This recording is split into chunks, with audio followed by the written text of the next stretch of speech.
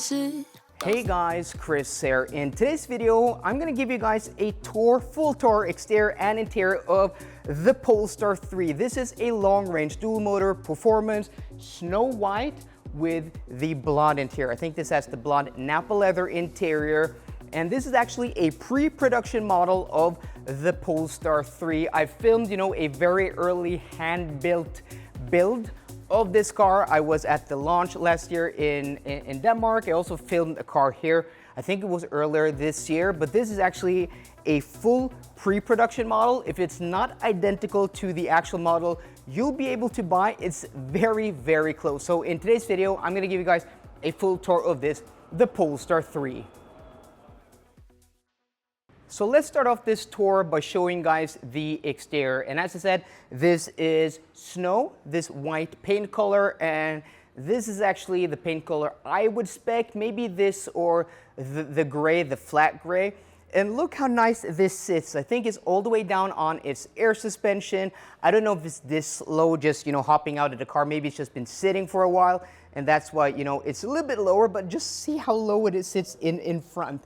This is really, really nice, and it has these performance wheels, 22-inch wheels with the Brembo brake gold colored brake calipers. On the side here we have the Polestar 3 sticker, 380 kilowatts, 517 horsepower, and a gross battery capacity of 111 kilowatt hours. So this is going to be a high performance luxury SUV, and as you guys can see, it actually sits really low actually. This is built on the same platform as the Volvo EX90, which I've also made a video on. Link of that in the description box down below. But this sits a lot lower. It's about 163 centimeters tall. So you guys can see here with the car behind me, I'm actually quite a bit taller than this car. Almost the head, half a head taller. And that is really weird with an SUV with proper ground clearance. So let's take a look at the rest of this car, and you can see the stance from the rear. This may just be my favorite angle of the Polestar 3 because with those fat wheels, the staggered wheel setup, I think they're 265 in front and 295s in the rear. It's just awesome. Check that out. Check those fat rear wheels. So the rear angle and the way the roof slopes with the light bar across the width of this car, I think this is a really attractive design. I can't wait to see these cars on the road and test one of these. Well, I'll bring you guys a video on this car as soon as these are available for testing. So you can see there's a lot of black cladding down low below the belt line. On the rear bumper, you can see there's a lot of black cladding around the wheel well, so the wheel arches, and also this line that kicks up here with this little bit of brushed aluminum trim. And I have to say, it actually looks really nice. I know a lot of people, aren't the hugest fan of black cladding, but I think it actually gives this car a sporty but also a rugged look. So you have the dual blade LED headlights, which is an evolution on the Thor's Hammer LED headlights. You also have this smart zone cluster. I just made a video on the Polestar 2 over there, the facelifted version, and that has, the updated design of this smart zone cluster. But in this car, it actually hides a lot more sensors than it does in the Polestar 2. So this is actually, their patented smart zone cluster. And also take a look under here. This is actually an air blade.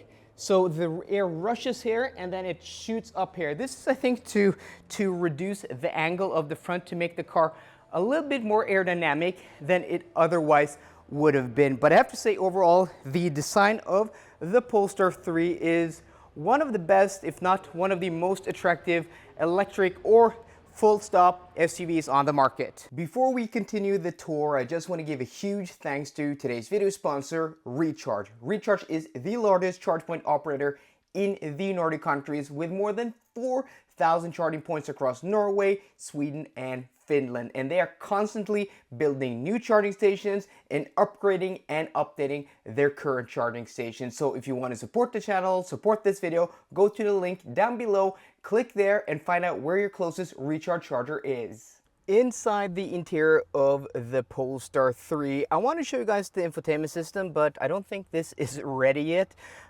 Just going to overlay some footage of this so you can see, the size and the functionality.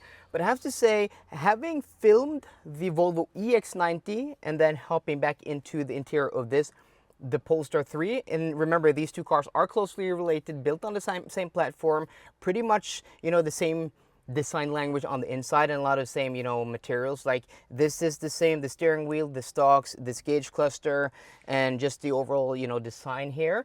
The quality of this interior here, surprisingly enough, is higher than what you find in the Volvo EX90. So you have this really nice fabric on top of the dashboard, on top of the doors, and then in the insert here, a little bit lower than the absolute top, there is like this speaker grill like fabric, which is really, really nice. And I actually think it does hide speakers here because you have the Bowers & Wilkins logo there. And then here you have, I think this is like a faux Nappa leather material, though this is proper Nappa leather. Or this may be, that Nordico type of material you find on the seats in the Volvo EX90.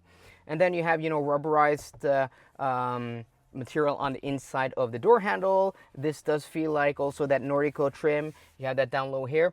And then down low in the cabin, you actually have soft touch plastics here on the door pockets. You don't have that in the Volvo EX90. There you have hard touch plastics. And also it's actually carpeted on the inside here. You have the Bowers & Wilkins speaker grill, and then you have this very nice Polestar kick plate. So from high up in the cabin to down low, material quality overall is better in this car than in the Volvo EX90, which is actually quite surprising. Something that's a little bit cheap with these cars are the sun visors. I had the same complaint in the Volvo EX90. These feel a little bit cheap, considering I had a Volvo XC90 a few years ago with the luxury interior package.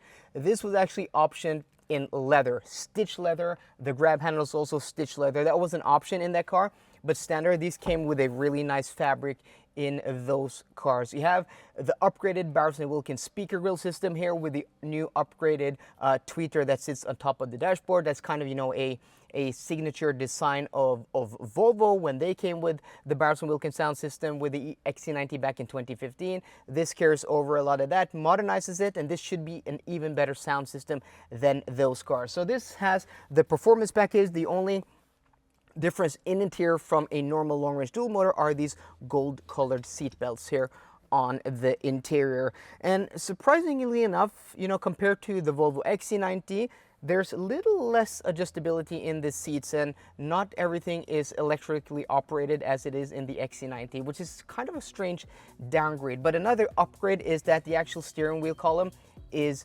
electrically adjustable, but there's no switch here on the column. You have to do that through the infotainment system. But other than that, you actually sit quite low here, which I do prefer. Some of these SUVs, you feel like you're sitting very high up, and you're kind of sitting on a stool where your legs are like dangling. Here you're sitting more like in a proper driving position as you would in a lower set sedan. Volume knob, here you have dual cup holders and also a wireless charging pad.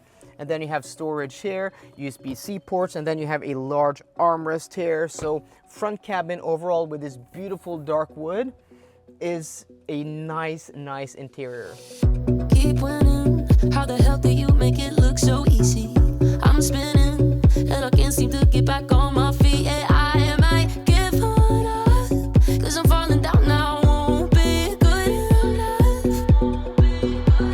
I miss it. Okay, hopping into the rear seat of the Polestar 3. And I remember, checking out this car in Copenhagen last year at launch. I was on crutches at that time, and it wasn't super easy for me, to gauge the rear interior. I had been walking all day at that event, so I actually had a lot of pain in my legs. But coming back to this interior, this is super spacious. I think there's more room behind myself than in that Volvo EX90. That is, of course, probably true, and also because this doesn't have a third row. This isn't a 7-seater, though it is actually substantially shorter, this car, than that Volvo EX90, which is way above 5 meters long. This is shorter than 5 meters long, but the room back here is super impressive. This seat is set to my driving position. I'm 5'10" or 178 centimeters, and I have plenty headroom. And look at this knee room. So I just had a Mercedes EQE SUV on loan, which again is a class, half a class smaller than this when it comes to exterior dimensions at least, but it is a competitor price-wise.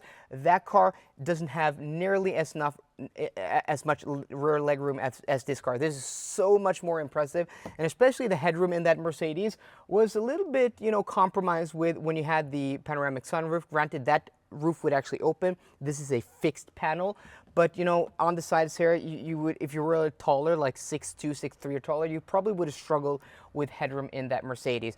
But you know, the bench here feels really nice. The Nappa leather feels really nice. The quality, you have this, you know, soft fabric type of wetsuit material here on the seat backs. Everything just feels high quality. Even down low on the door here, everything feels really, really nice. And the way the door shuts, yeah, and opens, this is a nice rear seat. So there we go, guys. That was my tour of the exterior and interior of the Polestar 3 long-range dual motor with the performance package. And I don't think I said it in this video, I said it in the previous video. I'm going down to Germany to the IAA later this week, and Polestar are revealing something really interesting. I was sent one photo. Looks like something like a single-seater. I don't know if I'm actually allowed to show that photo, but be sure to subscribe to the channel, hit that notification bell so you don't miss out on the videos I have from Germany, because I'm going to cover that and other interesting stuff down in Germany in the coming weeks. So guys, I hope you enjoyed today's video. If you did, please drop me a thumbs up down below, and for more car content, as always, please subscribe. See you guys later, and goodbye.